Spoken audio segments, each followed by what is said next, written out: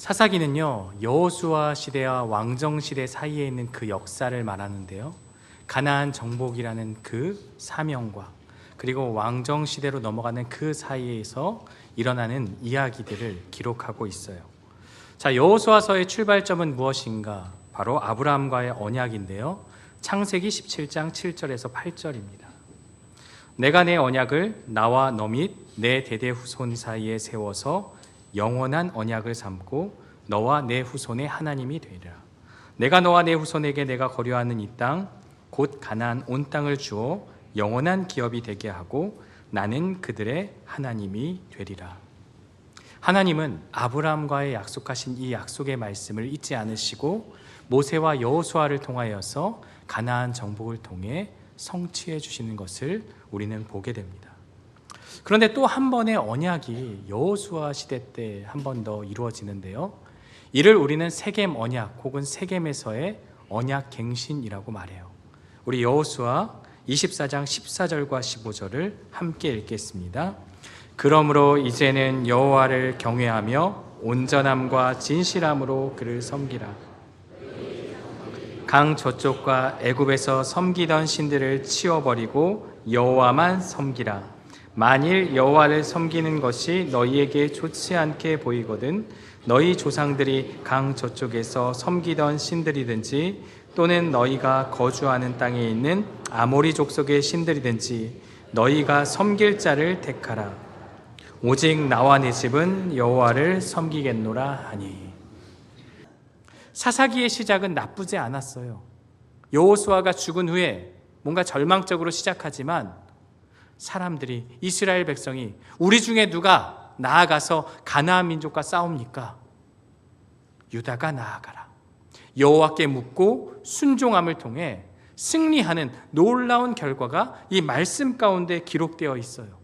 그 말씀대로 순종하니까 베색을 정복하고 아도니 베색을 사로잡아 엄지발가락과 엄지손가락을 자르고, 그리고 아낙의 세 아들 세세와 아이만과 달메 그 족속을 다 무찌르는 승리의 장면이 기록되어 있어요. 그런데 여기서 끝이 아니라 믿음의 사람들이 이어서 등장해요. 갈렙이라는 믿음의 1세대와 그리고 그 다음 세대인 온니엘과 악사의 이야기가 나와요. 갈렙은 기럇세벨을 정복하는 자에게는 내 딸 악사를 주겠다. 온니엘이 믿음으로 나아가 그 땅을 정복하고, 또 악사는 척박한 그 땅 가운데서 윗셈과 아랫셈을 구하며 믿음의 다음 세대의 모습을 보여주고 있어요. 이들은 그 어려움 가운데서 하나님을 믿는 믿음, 그 공통점이 있었다는 거예요. 하나님의 말씀에 순종하였고 이 온전한 순종이 승리의 비결이다. 오늘 이것을 우리에게 말씀하고 있어요. 그럼 반대로 실패의 이유는 무엇입니까? 실패의 이유는요, 하나님의 말씀에 순종하지 않았기 때문이다. 그들이 실패한 이유는요, 하나님의 말씀에 순종하지 않았다. 좀 더 자세히 보면 가나안 민족을 쫓아내지 못한 것입니까? 쫓아내지 않은 것입니까? 같은 것이라고 우리가 생각할 수 있어요. 결과는 똑같다. 그들과 함께 살았다. 가나안 민족이 그들과 함께 살았죠. 그러나 과정은 완전히 달라요. 어떻게든 쫓아내려고 애를 쓰다가 못한 것과 아예 시도조차 하지 않은 것은 완전히 다르다는 얘기예요. 처음부터 그들은 포기하고 함께 거주하며 살았다는 것, 그것을 말씀하고 있어요. 우리가 이 사사기의 말씀을 계속해서 보는데요, 1절부터 15절까지는 승리의 장면이 기록되어 있어요.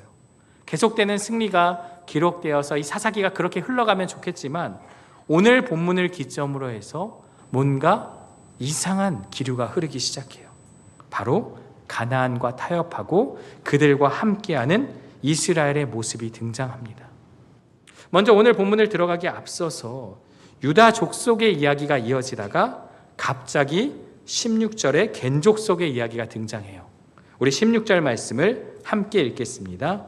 모세의 장인은 겐 사람이라 유다 자손과 함께 종려나무 성읍에서 올라가서 아란 남방의 유다 황무지에 이르러 그 백성 중에 거주하니라. 자, 모세의 장인이 겐 사람이라는 것을 우리는 알고 있어요. 성경에는 이 겐 족속은 주로 좋은 모습으로 등장하죠. 민수기 10장 29절과 30절에 따르면 모세가 이들에게 요청을 합니다. 장인과 처남 호밥에게 우리와 함께 갑시다. 우리가 이제 약속의 땅 가나안으로 갈 것인데 우리와 함께 그 땅에 들어갑시다. 처음에 호밥은 거절하죠. 우리는 가지 않겠다. 그러나 오늘 본문에 겐족속의 이야기가 등장함을 통해 이들이 처음에는 거절했지만 후에는 이스라엘과 함께하여서 가나안에 정착하였다. 유다 민족 안에 편입이 되었다라는 것을 우리가 알 수 있어요. 사실 이 말씀이 중요한 이유가 있어요. 먼저는 구약의 하나님은 왜 이스라엘만의 하나님인가? 라는 그런 이야기들을 많이 하죠. 하지만 이스라엘만의 하나님이 아니라 이방 민족이라 할지라도 믿음의 고백을 하는 자들은 모두가 다 하나님의 백성이 될 수 있다. 열려 있다는 것을 우리에게 다시 한번 말씀해 주고 있어요. 사실 야곱의 후손들만 가나안을 들어온 것이 아니죠. 애굽을 나온 것이 아니죠. 수다한 잡족들도 하나님을 고백하고 믿음의 공동체 안에 들어온 자들은 함께 그 땅을 나왔고 가나안에 들어가 12지파 안에 들어가 하나님의 백성이 될 수 있었던 것을 말해요. 그런데 1장에 겐족석이 또 등장한 이유는 또 하나 이유가 있어요. 우리가 이제 후에 살펴보겠지만 4장에 가면 이 겐족석이 한 번 더 나와요. 드보라도 아니고 바락도 아니고 시스라를 죽인 자는 겐 사람 헤벨의 아내 야엘이다. 그의 관자놀이에 말뚝을 박아서 조금은 잔인하지만 그렇게 시스라를 죽인 그러한 영웅이 이 여인에게서 시작되는데요. 결국 그것을 말해주기 위해서 1장에서 한 번 더 이들이 유다 민족 안에 함께하고 있음을 말씀하고 있는 것입니다. 계속해서 17절을 보면요. 유다가 그의 형제 시므온과 함께 스밧에 거주하는 가나안 족속을 치고 진멸해요. 그리고 그것을 완전히 파괴하였다는 뜻의 호르마라고 이름을 지어요. 이제 파죽지세로 가사와 아스글론, 에그론 지역을 다 점령하지만 이곳을 완전히 진멸하지 않았다라고 주장하는 이유가 있어요. 왜냐하면 블레셋이 그 땅이 이제 주요 도시들인데요. 후에 이스라엘을 계속해서 괴롭히고 그들을 공격했다라는 것을 통해서 알 수 있어요. 그런데 문제는요. 19절이에요. 우리 19절 말씀을 함께 읽겠습니다. 여호와께서 유다와 함께 계셨으므로 그가 산지 주민을 쫓아내었으나 골짜기의 주민들은 철병거가 있으므로 그들을 쫓아내지 못하였으며. 오늘 성경은 두 가지 대조적인 사건을 기록하고 있어요. 여호와께서 유다와 함께 계셔서 산지 주민은 쫓아내었다. 그런데 골짜기의 주민들은 여호와가 함께 하셨음에도 불구하고 여호와 하나님을 의지하지 않았기에 그리고 철병거가 있어서 그들을 쫓아내지 못하였다라는 것입니다. 이들은 절반의 순종만을 보여주고 있어요. 그리고 이러한 유다 지파의 모습은 이후 이스라엘 각 지파가 가고자 하는 길을 그대로 보여주고 있어요. 이들은 영적으로 타락하게 되는데요. 실망스러운 것은 분명 여호와께서 유다와 함께 하셨음에도 불구하고 그들이 철병거로 인해 그들을 쫓아내지 않았다는 거예요. 크신 하나님보다 철병거가 더욱 크게 느껴졌던 것이죠. 우리가 이 쫓아내지 않았다에 해당하는 원어를 좀 살펴보면 좋은데요. 레호리시라고 하는데 로는 그렇게 하지 않았다. 레호리시는 쫓아내다. 그러니까 이게 합쳐져서 쫓아내지 아니하였다라는 것인데 이 말의 뜻은 능력이 없어서 힘이 없어서 쫓아내지 못한 것을 말하는 게 아니라 능력이 있지만 그들이 감당할 수 있지만 쫓아내지 아니한 직무유기 또는 고의적으로 회피한 그러한 행위를 말하고 있어요. 그들이 할 수 있었지만 하지 않았다. 그것을 말하고 있어요. 여호수아 17장 18절을 함께 읽겠습니다. 그 산지도 내 것이 되리니 비록 삼림이라도 내가 개척하라. 끝까지 내 것이 되리라. 가나안 족속이 비록 철병거를 가졌고 강할지라도 내가 능히 그를 쫓아내리라 하였더라. 하나님께서는 미리 이들이 핑계 삼을 것을 아시고 말씀하신 것이죠. 물론 이 말씀엔 배경이 있어요. 요셉 자손이 자신들이 받은 땅, 그 땅보다 더 많은 땅을 달라고 요구해요. 그러니까 여호수아가 뭐라고 이야기합니까? 너희가 스스로 개척하라. 이 땅 저 땅을 찝어주면서 너희가 그 땅을 개척하고 정복하라 라고 말해요. 그랬더니 요셉 자손이 아니 그 땅은요 철병거가 있어서 우리가 어떻게 할 수가 없어요. 이런 소리를 하고 있어요. 그러니까 여호수아가 하나님의 약속의 말씀을 전해요. 그곳에 철병거가 있을지라도 하나님이 함께하면 그들을 쫓아낼 거야. 충분히 점령할 수 있다고 이미 말씀하셨어요. 사실 우리가 두려워하면 아무것도 할 수 없어요. 두려움 가운데 있으면 우리는 아무런 일을 할 수가 없어요. 결국 두려움은 하나님에 대한 불신을 말하고 있는데요. 이들은 이미 과거에 그러한 잘못을 저질렀어요. 가나안 땅을 정탐하면서 10명의 정탐꾼은 이렇게 이야기합니다. 그 땅은 정말 좋은 땅이고요. 젖과 꿀이 흐르는 땅입니다. 그런데 그 다음 말이 중요해요.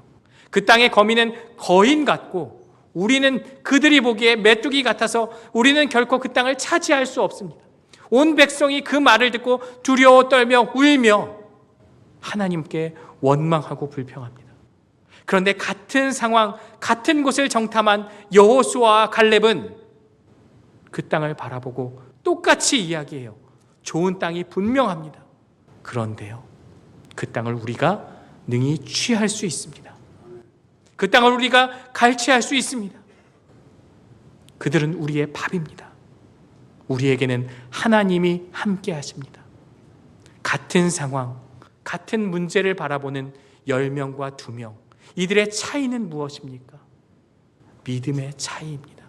믿음의 눈으로 그 땅을 바라본 것과 세상의 눈으로 그 땅을 바라보는 것, 그 땅이 만만하고 그 땅이 변변치 않음을 말하는 것이 아니라 하나님의 눈으로 바라보는 믿음의 시각을 우리에게 말하고 있어요. 지금 이스라엘이 똑같은 상황입니다. 믿음의 눈으로 하나님을 바라보지 않고 무시무시한 철병거와 초라한 자신의 모습을 비교하며 바라보았기에 실패한 것입니다. 먼저 15절 말씀은요, 세상을 사랑하는 것은 그 마음속에 하나님에 대한 사랑이 없다. 이 말은 세상을 사랑하지 않아야 하는 이유, 세상과 하나님을 동시에 사랑할 수 없다. 하나님을 선택하면 세상을 사랑할 수 없고 세상을 선택하면 하나님을 사랑할 수 없다. 이것이 함께 갈 수 없다는 것을 분명하게 말하고 있어요. 그러면서 16절에 뭐라고 이야기합니까? 세상에 있는 모든 것은 하나님께로부터 온 것이 아니다. 세상으로부터 온 것이다. 다시 말하면 하나님께 속하지 않은 것을 사랑하면서 하나님을 사랑한다고 말하는 것은 거짓이다. 17절은 결론의 말씀인데요. 너희가 세상을 사랑하면 세상과 함께 멸망할 것이다. 그러나 세상을 사랑하지 않고 하나님을 사랑하면 그와 함께 영원히 살 것이다. 바로 이 때를 살아가는 우리에게 주는 하나님의 말씀입니다. 철병거를 보는 이스라엘은 두 가지 마음일 겁니다. 두렵다. 그러면서 우리도 저걸 가지면 얼마나 좋을까? 우리도 저걸 가지고 싸우면 쉽게 정복할 수 있을 것 같은데, 그런데 그들은요, 지금까지의 하나님의 역사하심을 다 부정하는 것이래요. 그들이 무기를 가지고 싸웠습니까? 아니요. 하나님의 말씀 앞에 믿음으로 나아갈 때 승리하였어요. 철병거를 바라보고 그것을 의지하는 순간 하나님은 사라져버립니다. 세상을 의지하고 세상을 붙잡는 순간 내 삶에 하나님은 더 이상 필요가 없게 돼요. 하나님은 더 이상 우리 삶에 불필요한 존재가 되어버리는 거예요. 두 번째로 철병거는 미래에 대한 두려움입니다. 자녀를 키우다 보면 두려워요. 노후 준비 다 되셨습니까? 연금 3개 다 준비하셨습니까? 건강, 내 집 마련. 우리는요, 늘 미래에 대한 두려움 앞에 사로잡혀 있습니다. 이 모든 것들이 우리에게 철병거처럼 우리를 가로막고 있어요. 우리 주님이 아무것도 염려하지 말고 기도하라고 말씀하셨는데 우리는 염려는 엄청 하면서 기도는 아주 조금 하는, 정반대되는 그러한 삶을 살아내고 있다는 것이죠. 우리가 이 철병거를 넘어서기 위해서는 어떻게 해야 할까요? 더 강한 무기를 만들어서 그것을 무찔러야 된다가 아니라 지금까지 인도하신 여호와 하나님을 따르는 것, 그것이 이들이 승리할 수 있는 비결임을 이들은 잊고 있었던 것입니다. 그들은 왜 그랬을까요? 세대가 바뀌면서 하나님의 역사하심이 희미해지기 시작했어요. 시간이 흐르면서 그들의 삶에 역사하셨던 그 하나님은 옛날 이야기처럼 그들에게 들려졌어요. 부모를 통해서, 할머니, 할아버지를 통해서 그 이야기를 들었지만 지금 내 삶에 역사하시는 하나님으로 느껴지지 않는 거예요. 세월이 흐르면서 하나님은 잊히기 시작해요. 광야의 순간 함께 하셨던 하나님, 우리를 입히시고 먹이신 하나님은 다 사라져요. 막상 가나안 땅에 들어오니까 풍요와 번영이 우리의 눈앞에 펼쳐지니까 고생 가운데 있었던 그 하나님의 인도하심이 다 사라져버린 거예요. 하나님이 계시구나 알지만 너무나도 멀리 있는 거예요. 오늘 내 삶에 역사하시는 하나님을 느끼지 못하면서 살아가고 있어요. 광야를 인도하시고 여리고를 정복하신 하나님은 알고 있지만 바로 오늘 지금 내 삶에 역사하시는 하나님은 잊고 살았던 거예요. 하나님을 잊어버린 것이 바로 두려움입니다. 하나님을 잊어버리는 것이 두려움이라고 말해요. 지금 내 삶에 역사하시는 하나님을 잊어버리는 것이 우리가 두려워하는 이유가 되는 것입니다. 오늘 나에게는 어떠한 믿음이 있습니까? 나의 믿음이 혹시 과거형은 아닙니까? 내가 과거에 믿음이 좋았는데, 잘 믿었는데, 그럼 질문을 드리죠. 지금은요? 이 과거를 얘기하는 것은 내가 지금 그렇게 살지 못한다는 것을 조금 면하고자 이야기하는 거예요. 깔아놓는 거예요. 과거엔 내가 그랬는데 지금은 사는 게 바빠서 그렇게 살지 못해요. 믿음은 철저히 현재형입니다. 지금 어떻게 복음을 살아내고 있는가라는 것을 우리에게 말씀하고 있어요. 우리가 쭉 말씀을 읽었지만 불편한 말씀이 계속돼서 기록되고 있어요. 쫓아내지 못했다. 조금 더 나은 말은 그들이 강하여져서 그들에게 노역을 시켰다. 먼저 21절은요, 베냐민 지파의 실패가 기록되어 있어요. 여부스 족속이 베냐민 자손과 함께 오늘까지 예루살렘에 거주하였다. 그리고 22절부터 26절은 요셉 가문에 대한 이야기가 나오는데요. 요셉의 두 가문 에브라임과 므낫세도 겉으로 보기엔 승리한 것처럼 보입니다. 이 베레를 치기 위해서 정탐꾼을 보내요. 그리고 그 성읍에서 한 사람을 만나고 입구를 가르쳐주면 은혜를 베풀겠다고 약속해요. 여기까진 좋아요. 점령하고 약속대로 그 가족들을 풀어줘요. 선대했어요. 잘했어요. 그런데 문제가 발생합니다. 우리 26절 말씀을 함께 한 목소리로 읽겠습니다. 그 사람이 햇사람들의 땅에 가서 성읍을 건축하고 그것의 이름을 루스라 하였더니 오늘까지 그곳의 이름이 되니라. 자, 이 가족이 햇사람의 땅에 가서 성읍을 다시 짓고 똑같이 루스라는 이름을 짓게 돼요. 지금 이스라엘이 요셉 자손이 루스를 점령했는데 또 다른 루스가 생겨버린 것이에요. 이 부분에서 우리는 여리고를 점령한 라합이 생각이 납니다. 그런데 라합과 이들이 다른 것은요, 라합은 상처나지의 하나님, 그 놀라우신 하나님을 신앙으로 고백하고요, 그 땅에 거주하면서 이스라엘과 함께하면서 하나님의 백성 공동체 안으로 들어와 살아가요. 이것이 바른 믿음의 모습입니다. 하지만 이들은 그곳을 떠나 자신들의 성을 건축하고 그곳에서 자신들의 문화를 추구하며 살아가는 것입니다.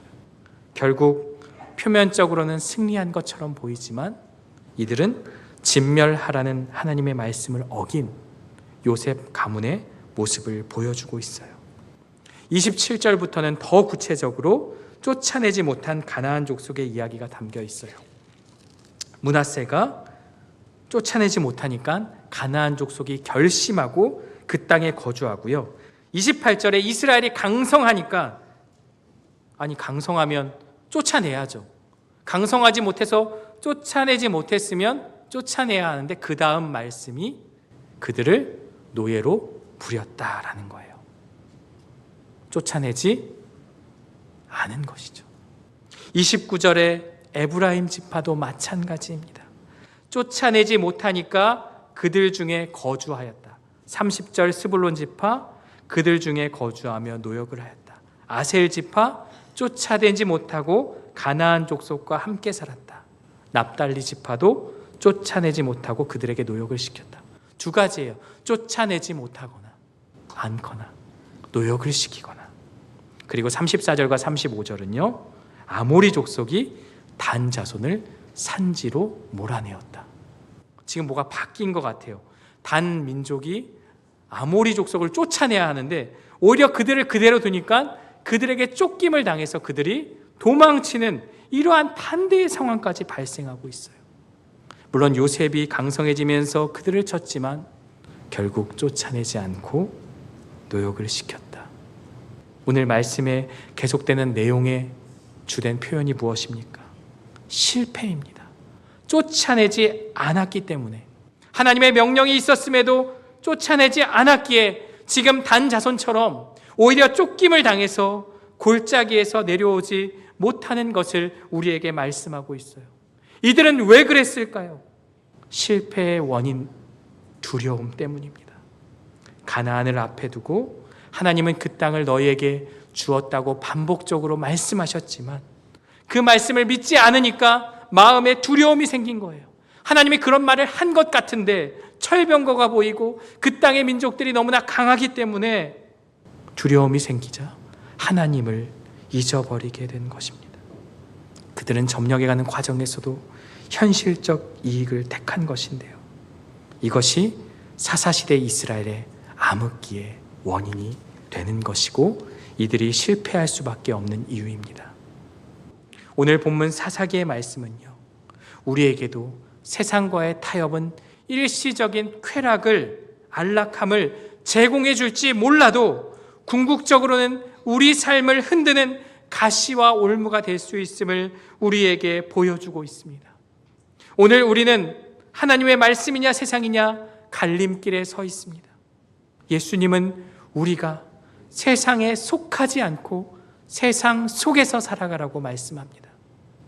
세상의 가치가 아닌 하나님의 말씀을 따라 그 세상 안에 들어가 세상에 속하지 않고 세상을 변화시키라고 말씀합니다. 그런데 너희가 동화되어서 그들과 함께 되는 그 모습, 이 사사기의 모습, 어쩌면 오늘 믿는 자들이 세상에 나아가 살아가는 모습을 반영하고 있는 것은 아닌가 생각되어집니다. 세상이 변하지 않은 이유는 무엇 때문입니까? 바로 세상 속에서 우리가 타협하며 살기 때문입니다. 세상에 들어가 빛과 소금의 역할을 감당하지 않기 때문입니다. 때로는 믿음을 선택하는 것이 우리에게 희생을 요구하지만 그 길이 하나님이 원하시는 길임을 기억하기를 간절히 원합니다. 실천적 무신론자라는 말이 있어요. 이것은 생각과 관념으로는 믿는 자라고 여기지만 실제 행동은 하나님이 없는 것처럼 낙심하고 절망하며 사는 사람들을 말해요. 그들은 신앙 따로 삶 따로인 사람들을 말합니다. 하나님 나라의 가치를 사모하여 오히려 내 욕심대로 생각하며 세속적인 가치를 따라 살아갑니다. 지금 당장은 편안할 수 있지만 그것이 눈의 가시와 옆구리에 찌르는 것이 될 수 있음을 기억하고 세상과 타협하지 않고 세상 속에 들어가 말씀을 따라 살아가는 저와 여러분들 되시기를 주의 이름으로 축원합니다.